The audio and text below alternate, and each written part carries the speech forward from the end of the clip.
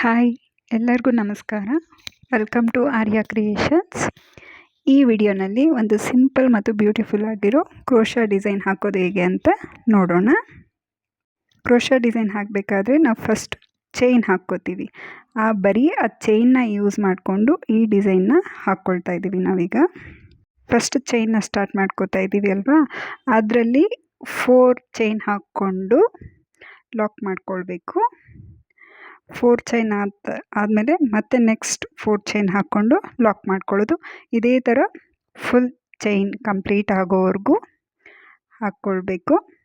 ಈ ಡಿಸೈನ್ ಹಾಕಬೇಕು ಅಂದರೆ ನಾವು 2 ಕಲರ್ಸ್ ಯೂಸ್ ಮಾಡಿದ್ರೆ ತುಂಬ ಚೆನ್ನಾಗಿ ಕಾಣುತ್ತೆ. ನಾನಿಲ್ಲಿ 2 ಕಲರ್ ಯೂಸ್ ಮಾಡಿದ್ದೀನಿ. ಇದೇ ಥರ ಚೈನ್ ಹಾಕ್ಕೊಂಡು ಫುಲ್ ಕಂಟಿನ್ಯೂ ಮಾಡ್ಕೊಳ್ಬೇಕು.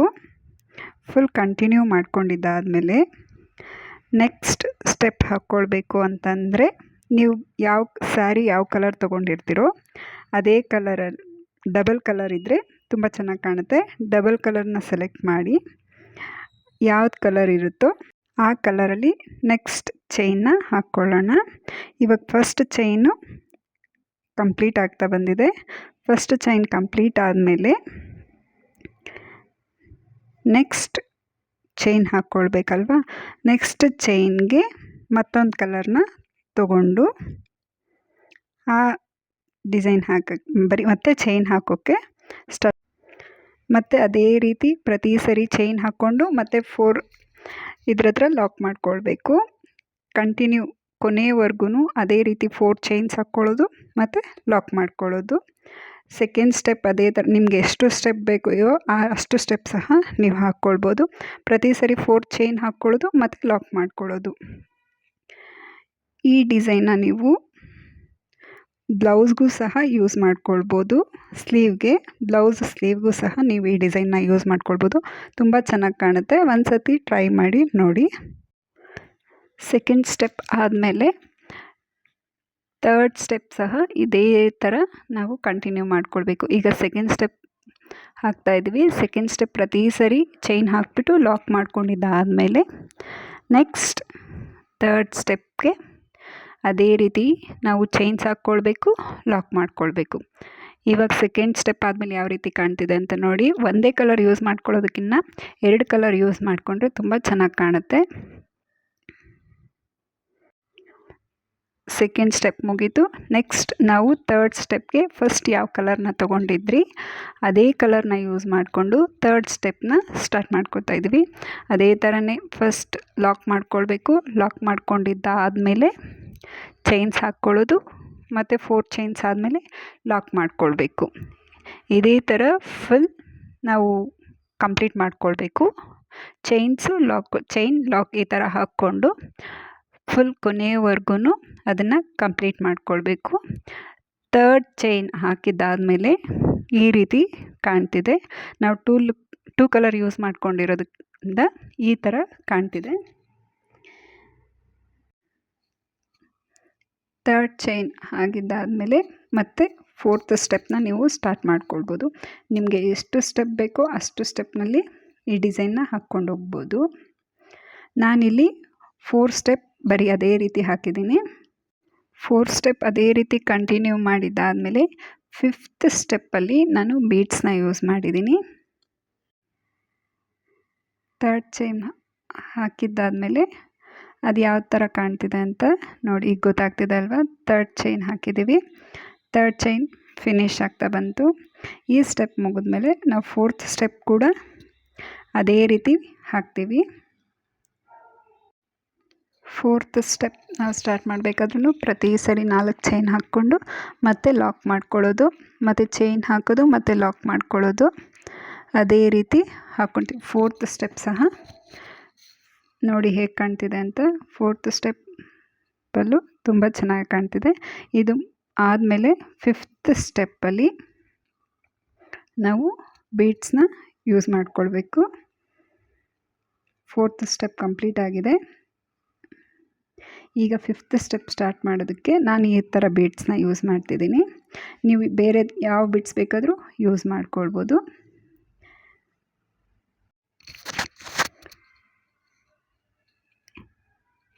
ಇದೇ ಬೀಡ್ಸ್ ಅಂತೇನಿಲ್ಲ, ಬೇರೆ ಬೇರೆ ಥರ ಬೀಡ್ಸ್ನ ಸಹ ನೀವು ಯೂಸ್ ಮಾಡ್ಕೊಳ್ಬೋದು.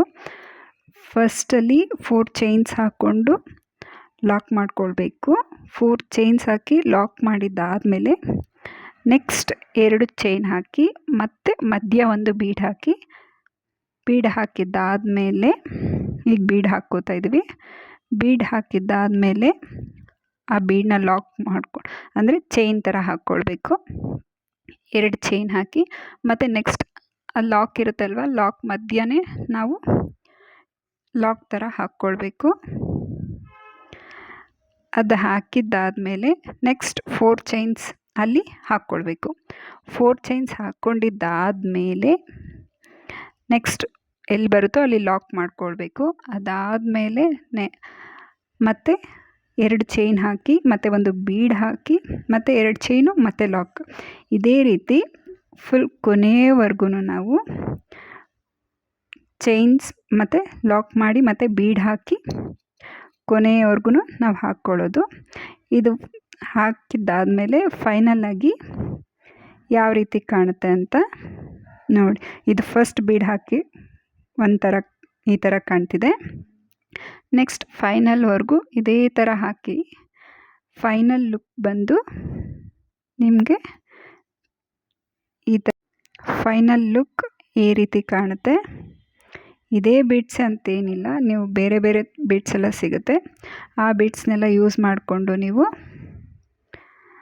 ಈ ಡಿಸೈನ್ನ ಹಾಕ್ಕೊಳ್ಬೋದು. ಬ್ಲೌಸ್ ಸ್ಲೀವ್ಗೂ ಸಹ ಈ ಡಿಸೈನ್ನ ನೀವು ಯೂಸ್ ಮಾಡ್ಕೊಳ್ಬೋದು. 4 ಚೈನ್ಸ್ ಹಾಕಬೇಕು ಅಂತೇನು ಅಂದರೆ 4 ಸ್ಟೆಪ್ಸ್ ಹಾಕಬೇಕು ಅಂತೇನಿಲ್ಲ. ನಿಮಗೆ ಎಷ್ಟು ಸ್ಟೆಪ್ಸ್ ಬೇಕೋ ಅಷ್ಟು ಸ್ಟೆಪ್ಸ್ ಸಹ ನೀವು ಹಾಕ್ಕೊಳ್ಬೋದು. 3 ಸ್ಟೆಪ್ಗೆ ಸಾಕು ಅಂತಂದರೆ 3 ಸ್ಟೆಪ್ಸೇ ಹಾಕ್ಕೊಳ್ಬೋದು. ಇನ್ನು 5 to 6ವರೆಗೂ ಹಾಕ್ತೀರಿ ಅಂತಂದ್ರೂ 6ವರೆಗೂ ನೀವು ಸ್ಟೆಪ್ಸ್ನ ಯೂಸ್ ಮಾಡ್ಕೊಳ್ಬೋದು. ಆದರೆ ಇದು ತುಂಬ ಈಸಿ, ತುಂಬ ಸಿಂಪಲ್ಲಾಗಿದೆ, ಆದರೆ ತುಂಬ ಚೆನ್ನಾಗಿ ಕಾಣುತ್ತೆ ಈ ಡಿಸೈನ್ ಬಂದು. ನಾನು ಈ ಬೀಡ್ಸ್ ಯೂಸ್ ಮಾಡಿರೋದ್ರಿಂದ ಈ ಡಿಸೈನ್ ಇನ್ನೂ ತುಂಬ ಚೆನ್ನಾಗಿ ಕಾಣ್ತಿದೆ. ಈ ಡಿಸೈನ್ಗೆ ಸಿಂಗಲ್ ಕಲರ್ಗಿಂತೂ 2 ಕಲರ್ ಯೂಸ್ ಮಾಡಿಕೊಂಡ್ರೆ ಚೆನ್ನಾಗಿರುತ್ತೆ.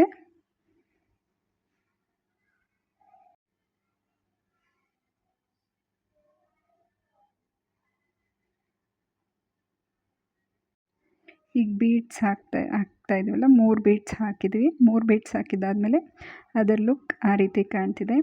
ಇದೇ ರೀತಿ ನೀವು ಎಲ್ಲಿವರೆಗೂ ಹಾಕ್ಕೊಂಡಿರ್ತೀರೋ ಅಲ್ಲಿವರೆಗೂ ನೀವು ಬೀಡ್ಸ್ನ ಹಾಕಿದ್ರೆ ತುಂಬ ಚೆನ್ನಾಗಿ ಕಾಣುತ್ತೆ.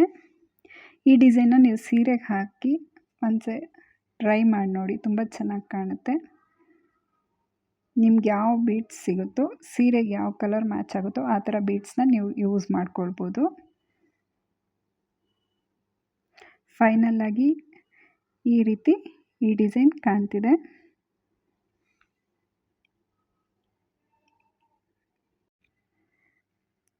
ಈ ವಿಡಿಯೋ ನಿಮಗೆಲ್ಲರಿಗೂ ಇಷ್ಟ ಆಗಿದೆ ಅಂದ್ಕೊಳ್ತೀನಿ. ಇಷ್ಟ ಆಗಿದ್ದರೆ ಒಂದು ಲೈಕ್ ಕೊಡಿ, ಕಾಮೆಂಟ್ ಮಾಡಿ.